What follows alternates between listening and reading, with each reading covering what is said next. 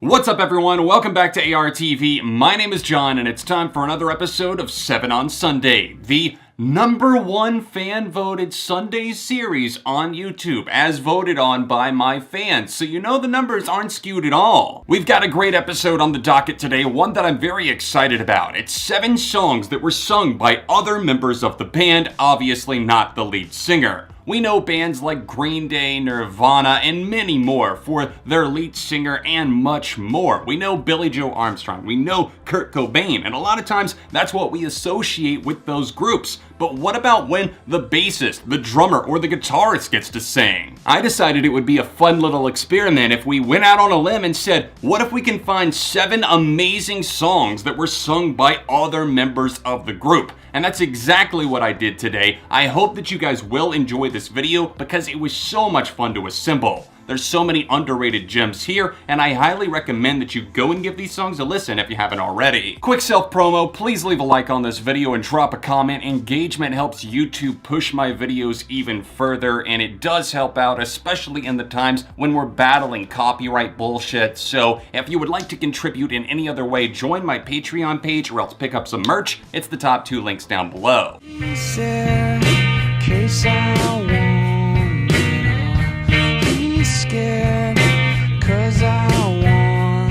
If we were to play a quick word association game and I said Nirvana, chances are 90% of you would probably say Kurt Cobain or maybe Kurt or Cobain, but what about Dave Grohl? Obviously, Dave Grohl went on to have a big career in rock of his own. The Foo Fighters, are you kidding me? Of course we know and love Dave, but what about when he was just writing his own demos and then bringing it to Nirvana? Well, that's what brings us to our number 7 selection, Marigold, which is actually the name of a flower that grows all over the United States, something that you probably don't think twice about. The track is actually a B-side to Heart-Shaped Box, which was released as a 7-inch single. The structure and presentation of Marigold is very simple but effective, as Dave Grohl has some kind of light vocals, but a very interesting and somewhat compelling chorus, especially given the subject matter. He also took matters into his own hand, recording the song as a demo in 1990 before ever putting it out or bringing it to Nirvana, but it ended up on the final version when it appeared as a B-side. It was Chris Novoselic playing the bass. Kurt wasn't really involved, but the first time that he heard the song, allegedly he ran up and kissed Dave Grohl because he was so excited. Dave and Kurt had a very special connection and relationship, and it's so nice to see that somebody else in the band outside of Kurt actually got a chance to record a song. No, it was not a widely known track or a widely distributed one, but if you have that 7-inch single, or maybe you've got one of the deluxe reissues, then I highly suggest going to check this out. Oh yeah, did I mention I was all by myself? All by myself. I was all by myself. At number 6, we've got All By Myself by by Green Day. You know, it's the drummer of Green Day singing in place of Billie Joe Armstrong. Tré Cool has been notorious for when he actually does get a chance to either play the guitar or sing, just doing something wild. That's why I could have selected Dominated Love Slave, DUI, or maybe his verse from Homecoming, but I decided to land on All By Myself because it is the hidden bonus track on Dookie. Obviously on Spotify and Apple Music now it's listed as a separate tune, but it's a very interesting one because it seems like Trey is breaking into this girl's house perhaps while she's not home, maybe an ex-lover, and it's meant to be very silly, very over-the-top and ridiculous. I don't think based in reality at all, but it's just such a weird song because I just picture him sitting on a bed, like staring at a picture of a girl singing this, and it's so different from other Green Day, especially on Dookie, but I love it. I saw you standing in the corner. Come to me again in the cold, cold night.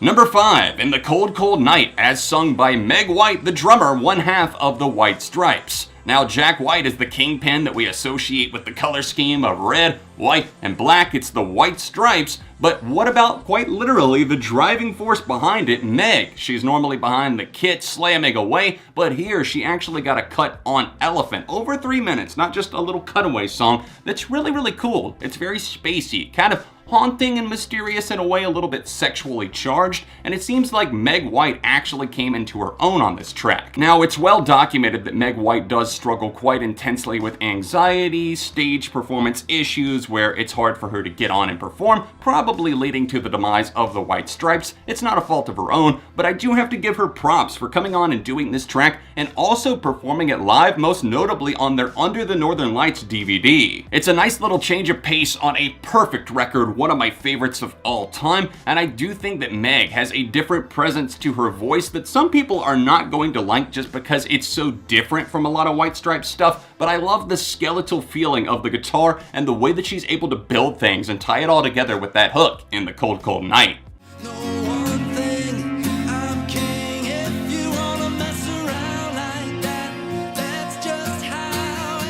For the longest time, I was just like many of you and in the dark, completely clueless to King, a bonus track from WEEZER, the Red album that released in 2008. Now, Rivers Cuomo is normally on lead vocals. We all know that about WEEZER. But what about Scott Schreiner, the bassist, who actually stepped up to the plate and knocked it out of the park on King? A very sardonic track that seems like it's delivering things, and he's talking about how he's king around here and nothing gets done without him being told or his permission. It's all done from a very twisted point of view. I saw an interesting comment that kind of pointed out that it seemed like Scott was approaching it like he's the guy at the party wishing that he could be more in control, but instead he has to live up here in his own mind.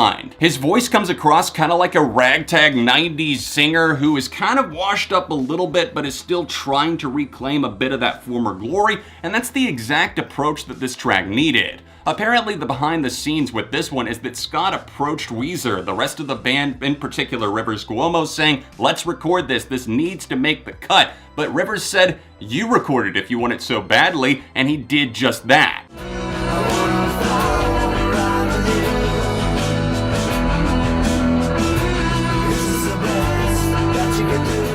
The greatest thing about early Queens of the Stone Age material was the rotation of vocalists, because we've got Josh Homme holding it all down, a fascinating and very entertaining character both on stage and on the record, but they also have the power and the trick up their sleeve of Nick Oliveri and Mark Lanigan. And today I've selected Autopilot from Rated R as performed on lead vocals by Nick Oliveri. Now, Nick played bass for Queens in their early days, and he was also in Caius, the other band that was of the desert rock, stoner rock variety alongside Josh Homme. He was later recruited for Queens of the Stone Age, and he has a very interesting presence behind the mic. You probably know him for some of his more intense songs like You Think I Ain't Worth a Dollar, and obviously there's a couple others where he chimes in on backing vocals, occasionally leads, but I do feel that his breakout moment was on Autopilot. The guitar here is so smooth, I always have the riff simmering in the back of my head somewhere. And then he pops out with those vocals and shows that he can be in control and not just a chaotic situation. I think the lyrics have a lot of meaning but also some vulnerability to them, and for me, this is one of the best Queens cuts easily. I see all the water rising to drown everyone. Myles Kennedy might have one of the best and most sought after voices in modern rock, especially of the heavier variety, but what about Mark Tremonti, who plays alongside Myles in the band Alter Bridge? I do feel that Alter Bridge, despite having a very loyal and intense fan base, are slightly overlooked by the world at large. They have their dedicated fans, but I feel that more people should know about them, even if not all of their albums are total gems. Now, one album that does not ever miss is the record Fortress that features this song that clocks in at number 2, Waters Rising, with obviously Mark Tremonti on lead vocals. Mark Tremonti sounds badass here alongside those riffs. This is easily one of the best Alter Bridge songs ever. It has this very intense feeling, almost like the end of the world, the water's rising, don't let me drown, he cries out, with Myles actually stepping in some places doing backing vocals, co-leads, but for the most part, this is Mark's song, and god dang it, he dominates! If you're into harder leaning rock and you think a lot of the stuff in the mainstream is total bullshit, I do not blame you, but don't write off Alter Bridge. They've got so many great tracks, and with another member in the band being this talented, that being Mark Tremonti alongside Miles Kennedy, I think you've got to go back and at least check out a few songs. So give me coffee and TV.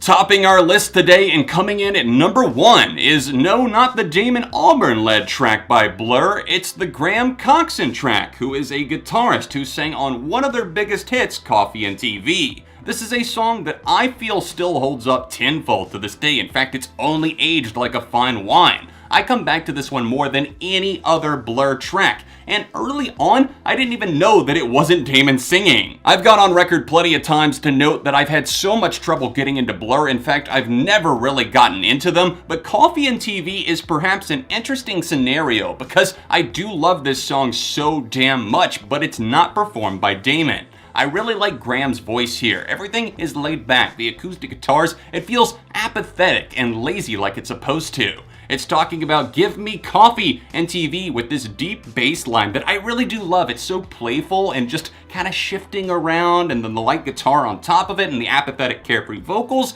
And the message, it hits home. It talks about how people don't really care about things, and that's only magnified in the modern social media era. This has happened many other times in history where a lead vocalist isn't present on one of their biggest hits. Just look to Queen or Blue Oyster Cult. In fact, I could easily do another video on this topic, and I just might. But with Blur, one of their biggest hits, and they did have many, of course, but Coffee and TV is sung by Graham, and I do feel that it stands leagues above a lot of their material. What are some examples that you guys can think of for awesome songs that weren't performed by the traditional lead vocalist? I'm not talking about a guest feature, I'm talking about a different member of the band. Let me know in the comment section down below, and drop a like on this video if you'd eventually like to see a part 2. Help support my channels on Patreon by clicking the top link down below, or else the annotation in the corner, or grab yourself some merch because that's a great way to support as well. It's the second link. Other than that, subscribe for the love of music, check out the last episode of SOS right there, or another recent review right over here. Socials in the description, and I'll see you soon for more on ARTV.